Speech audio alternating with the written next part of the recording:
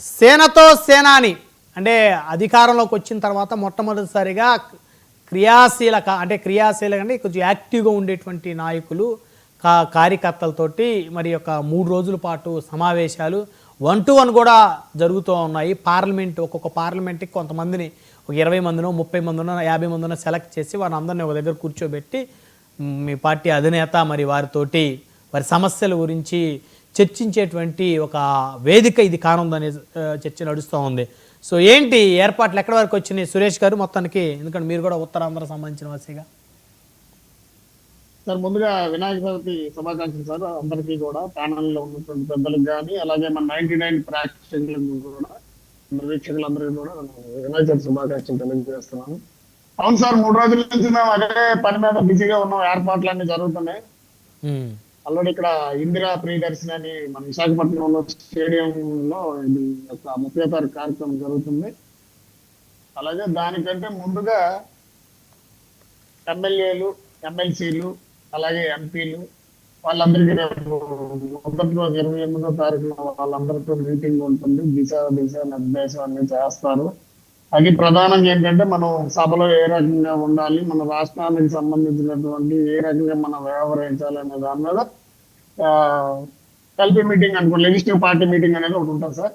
అది అయిన తర్వాత నెక్స్ట్ డే వచ్చేసి ఎవరైతే వాలంటీర్లు ఉండి యాక్చువల్గా క్రియాశీలక సభ్యులు కాకుండా వాలంటీర్స్ ఉన్నారు ఇందులో, ఏదైతే మెంబర్షిప్ డ్రైవ్ చేసిన వాళ్ళు కానీ మొదటి నుండి కూడా జనసేన కోసం కష్టపడి తిరిగినటువంటి సీనియర్స్ ఇలాంటి వాళ్ళందరినీ కూడా దరిదాపుగా 14 నుంచి 15,000 మందికి మేము ఈ పాసులు పంపించడం జరిగింది ఆల్రెడీ. అది కాకుండా మాన్యువల్ గా కూడా చాలా మంది మేము వస్తామని చెప్పేసి అడగడంతో మళ్ళీ దాన్ని ఇంకొక 15,000 ఫిజికల్ పాసులు కూడా తయారు చేసి నియోజకవర్గాల వారిగా పంపించడం జరుగుతుంది. సీనియర్స్ ఎవరైనా వచ్చే వాళ్ళందరికీ కూడా ఈ రకంగా మాకేంటంటే ఉత్తరాంధ్రలో మొదటగా పెట్టారు కాబట్టి ఇక్కడ నాయకులను ఉద్దేశించి అలాగే కార్యకర్తలను ఉద్దేశించి మా ప్రెసిడెంట్ గారు ఒక మంచి దిశ నిర్దేశం చేస్తారని చెప్పేసి అందరూ ఆశాభావంతో ఇక్కడ వెయిట్ చేస్తున్నాం సార్. ఇప్పుడే ప్రాంగణం నుంచి వచ్చాను, మీ డిబేట్ ఉందని చెప్పేసి మళ్ళీ అయిపోయిందంటే అక్కడికి వెళ్ళాలి. మా పెద్దలందరూ కూడా అక్కడే ప్రాంగణంలో ఉన్నారు. ఇప్పుడు కళ్యాణ్ గారు కూడా నాకు తెలిసి 7 గంటలకి ఇప్పుడు విశాఖపట్నంలో ల్యాండ్ అవుతారు. ఏది ఇప్పుడు సాయంత్రం 7 గంటలకా? అవునండి, అవును. ఓకే, అవునండి, అవును. సో మొత్తం ఎలా ఉంది అక్కడ పరిస్థితి సురేష్ గారు? ఎందుకంటే అధికారంలోకి వచ్చినాక మొట్టమొదటిసారి ఈ తరహా కార్యక్రమం అంటే మీరు అన్నట్టు ఎమ్మెల్యేలతోటి, నాయకులతోటి, ఇన్ఛార్జీలతోటి చర్చించేటువంటి కార్యక్రమం కూడా పెట్టారంట కదా ఈ 2 రోజులు. అంటే 28, 29 2 రోజులు, 30వ తారీఖు సభ, అంతేనా? సభ ఉంటుంది. అవునండి, అంటే యాక్చువల్ గా అందరూ కోరుకునేది అదేనండి. ఎప్పటి నుంచో ఎలక్షన్లు అయిపోయి ఆయన ఉప ముఖ్యమంత్రిగా బాధ్యతలు చేపట్టిన తర్వాత నాయకుల దగ్గరగా వెళ్ళి కలవాలని చెప్పేసి చాలా ఎదురు చూపులు ఉన్నాయి. ఇప్పుడు దాదాపు సంవత్సరం అయిపోయింది. అందరూ కలవగలిగాము. ఇంకా గ్రామ స్థాయిలో కష్టపడిన కార్యకర్తలు వాళ్ళందరూ ఉన్నారు కాబట్టి వాళ్ళు కలవలేకపోయారు కాబట్టి వాళ్ళందరికీ ఒక మంచి అవకాశంగా భావిస్తున్నాం. అందరూ చాలా ఉత్సాహంగా ఉన్నారు. ఎప్పుడు కళ్యాణ్ గారిని కలుద్దామని చెప్పేసి ఆలోచనలు ప్రతి ఒక్కరు కూడా ఉన్నారు.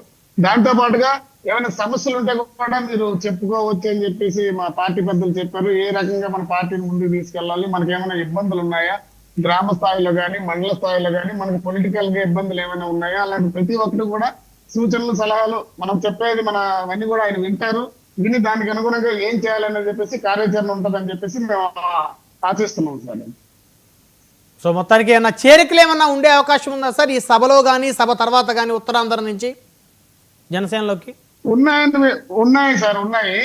బట్ అది కళ్యాణ్ గారి చేతుల మీదుగా జరుగుతుందా లేదంటే తర్వాత ముందు రోజు ఎలాగే ఇక్కడ ఈ రోజు వచ్చేస్తున్నారు కాబట్టి దాని ముందు జరుగుతాయి అనేది కూడా ఇంకా మాకు కొద్దిగా దానికి క్లారిటీ లేదు. జాయినింగ్స్ అయితే ఉన్నాయి సార్. సో జాయినింగ్స్ అంటే కాస్త పెద్ద పెద్ద లీడర్లు అయి ఉంటారు అయితే మరి? ఉన్నారు సార్, ఉత్తరాంధ్రలో చాలా పెద్ద తలకాలు ఉన్నాయి. కానీ ఎందుకంటే టైం ఆసనం అయింది. స్థానిక సంస్థలు ఇవన్నీ వస్తున్నాయి. ఎలక్షన్లు ఒక 9 నెలల్లో 8 నెలల్లో ఉన్నాయి కాబట్టి ఆల్రెడీ పార్టీని బలోపేతం చేసుకోవడం, ఇతర నాయకులు ఎవరైనా వస్తే మా పార్టీలో కలుపుకొని వెళ్ళడం. ఎందుకంటే మాకు ఎక్కడ ఎవరు మనకి వ్యక్తిగతమైనటువంటి ఏదైనా గొడవలు ఉన్నప్పటికీ కూడా మన పార్టీ పరంగా ఎటువంటి ఇబ్బందులు లేనప్పుడు అలాంటి నాయకులందరినీ గుర్తించి మేము ఆల్రెడీ పంచాయతీల వారీగా మండలాల వారీగా లిస్టులు ఆల్రెడీ ప్రిపేర్ చేసి పెట్టాం సార్. వాళ్ళందరినీ వాళ్ళు ఎప్పుడు మాకు టైం ఇస్తే అప్పుడు జాయినింగ్స్ మండలాలు ఉంటాయి, జిల్లాల వారీగా నియోజకవర్గ స్థాయి ఎమ్మెల్యే స్థాయి మనుషులు ఉన్నారు, మాజీ మంత్రులు ఉన్నారు. అన్ని కేటగిరీల నుంచి ఉన్నారండి. ఎంపీపీలు ఉన్నారు, మాజీ ఎంపీపీలు ఉన్నారు,